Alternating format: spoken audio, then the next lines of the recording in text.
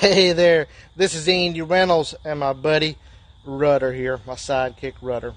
So, last video we did the top 10 things you need to know about new construction.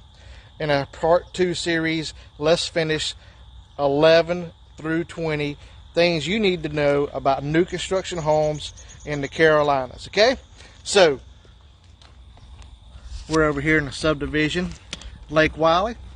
Just wanted to talk a little bit about new construction and our top 20 things. This is part 2, as I said before. Okay, number 11, what you need to know about new construction in our area is that these builders in their contracts, production builders, have up to 2 years to build your home. That's right, up to 2 years to build your home due to fire, flood, hurricane, tornado, whatever. So you need to be aware of that. Also, number 11 or 12, I'm sorry, they're going to fine you if you don't close on time. So if you're starting from scratch and building a new construction home with a production builder, you're going to know about 2 to 3 months out when your closing date's going to be. Okay, so don't plan any vacations, cause you can't say, hey, week before closing, I'm going on vacation, I'll see you in a couple of weeks.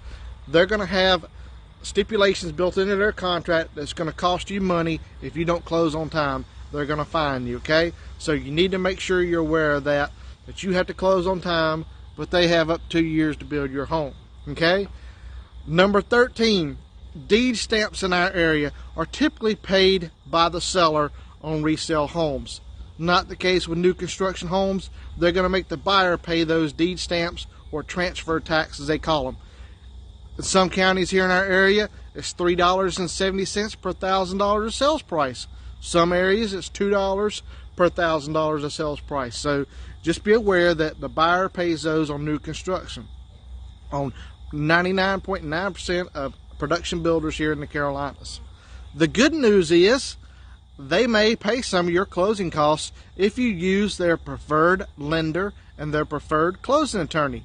They're going to try to push you towards using the people that they normally do business with, because they know their systems, they know the people, they know the timeline they have to get things done, and they're going to want you to use their preferred lender and their preferred closing attorney, and they may pay some of your closing costs that would cover those deed stamps. But just so you're aware of that.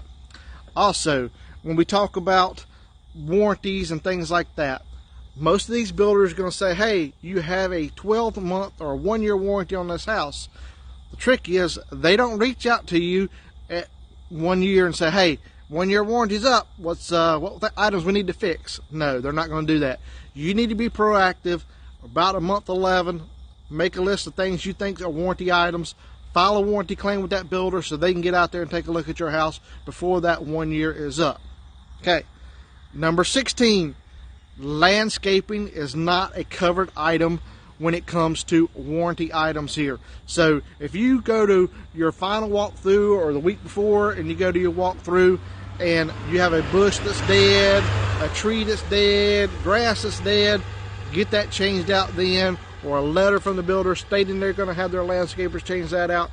It's your responsibility to keep it watered. It's your responsibility to keep it alive. They do not cover landscaping. One of the main things I want you to do when you get home from your closing is to register all your appliances, your HVAC system, because the builder did not build those mechanical items, and those warranty claims need to be processed through those manufacturers. So if you don't register your appliances, they don't know when the warranty starts and when it ends. And I've seen cases where they denied claims on HVAC system on appliances because the manufacturer said, hey, you never registered your appliances properly. That's your responsibility as a homeowner. All right, moving on to number 18. Get yourself a realtor. It doesn't cost any more to have a realtor work on your best interest on your behalf than it does to walk in these new construction model homes without one. Okay, the builders have on-site agents that represent that builder and that builder only, their best interest.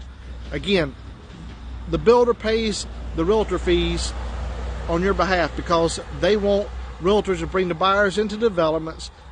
They put them in the MLS system for a reason, to get buyers to come in through their agents They want an agent on that buyer's side that helps them hold that buyer through the process, make sure that buyer is doing what he's supposed to be doing or they're supposed to be doing to get to the closing table, okay?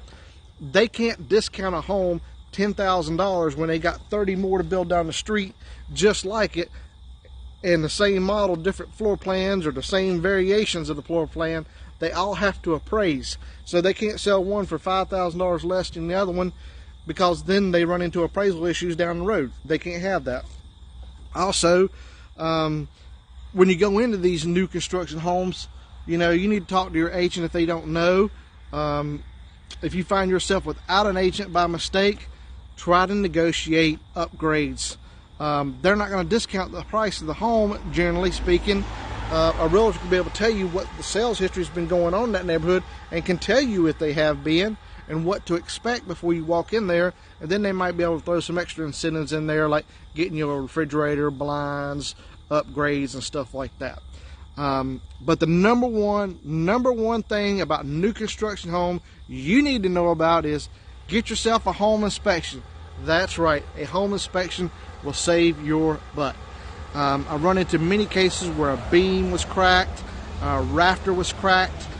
They had a structural engineer come in, write a letter on how to repair that beam, and then staple that to the rafter, so when that home inspector comes back to the home 10 years down the road when you sell it, that buyer is protected. Hey, we got a letter, it was repaired properly according to the engineer specs. So if you don't get a home inspection, that's going to fall on your shoulders to get that done, and that's not a fun thing to spend $500 to $700 when you're fixing to leave a house to fix a rafter that was or was not repaired properly because you needed documentation on it.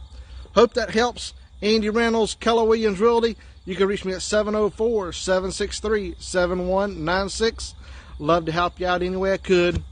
And Rudder said he'd love to help you out too. Ain't that right, buddy? Huh? Ain't that right? Yeah.